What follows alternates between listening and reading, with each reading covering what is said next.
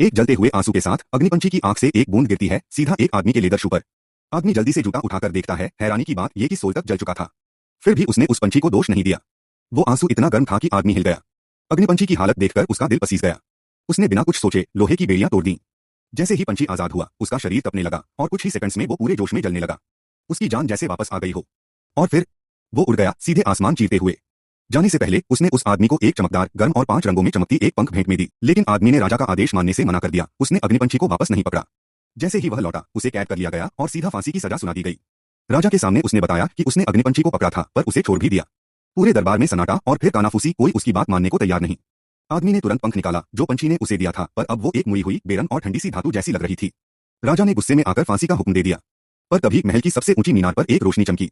पूरा किला उस रोशनी से चमक उठा। अग्निपंछी लौट आया था। अब सबको यकीन हो गया कि आदमी ने सच बोला था। राजा को मजबूरी में उसे रिहा करना पड़ा और साथ में एक शानदार पोशाक भी इनाम में दी। लोगों ने उसे घेर लिया, कोई गा रहा था, कोई डांस कर रहा था जैसे वो हीरो हो। ये सब देखकर राजा जल भुन गया। अब उसने एक और चाल चली, बहाना बनाया कि उसे हिमराज्य की राजकुमारी से शादी करनी है और आदमी को भेजा उसे लाने। आदमी लंबा सफर तय करके हिमराज्य पहुंचा, पर उसे क्या पता था कि वो तो आसमान को छूती बर्फीली पहाड़ियों के ऊपर था। 3 दिन 3 रात चढ़ाई करके वो आखिरकार दरवाजे तक पहुंचा। गेट पर कोई गार्ड नहीं था तो वो चुपचाप अंदर घुसने लगा, पर अगले ही पल एक पारदर्शी बर्फ की दीवार ने रास्ता रोक लिया। वो सोच ही रहा था अब क्या किया जाए, तभी उसकी जेब से अग्निपंछी का पंख खुद ब खुद बाहर निकला और हवा में तैरते हुए सीधा दीवार के अंदर घुस गया। जैसे ही पंख दीवार को छूता है पूरी बर्फ की दीवार पिघल जाती है। अब सामने था एक भव्य क्रिस्टल पैलेस। वो पीछे मुड़ा अपने छोटे साथी को ढूंढने, पर वो तो था ही नहीं। दरअसल पिघली हुई बर्फ के साथ वो नीचे पहाड़ की तलहटी तक बह गया था।